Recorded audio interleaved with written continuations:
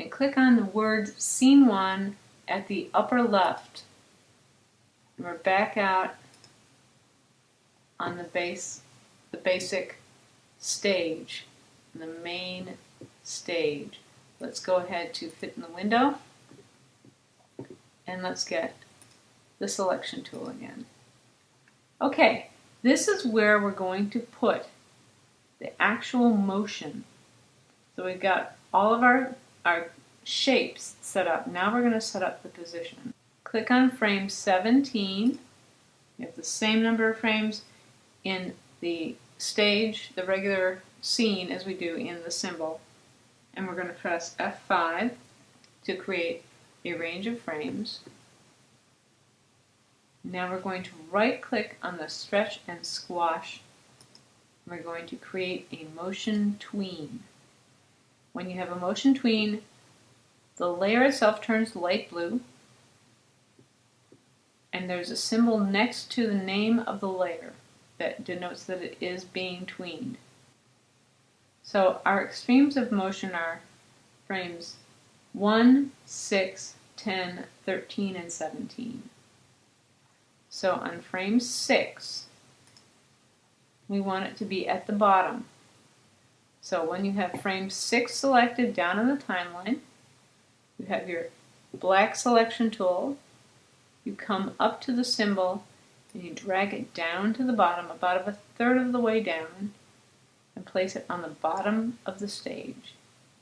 This is the motion path.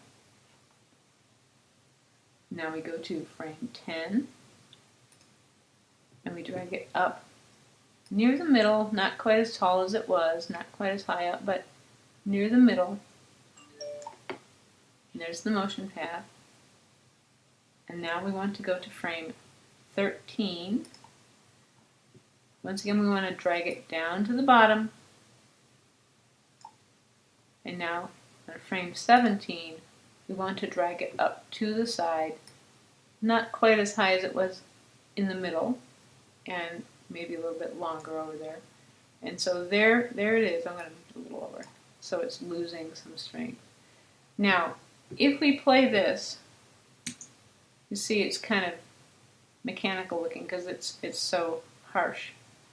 But while we have the selection tool selected and you have the path showing, if you bring your tool close to it, you'll see that a curved line appears. That's the arc. It's like a motion arc. Now we can drag it and change the curve.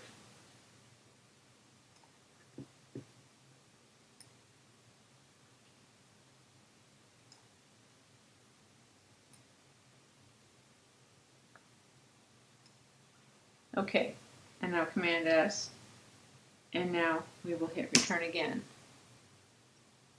You see that is a very basic bouncing ball. So Command S, and then if you press Command Enter, it will create your flash file.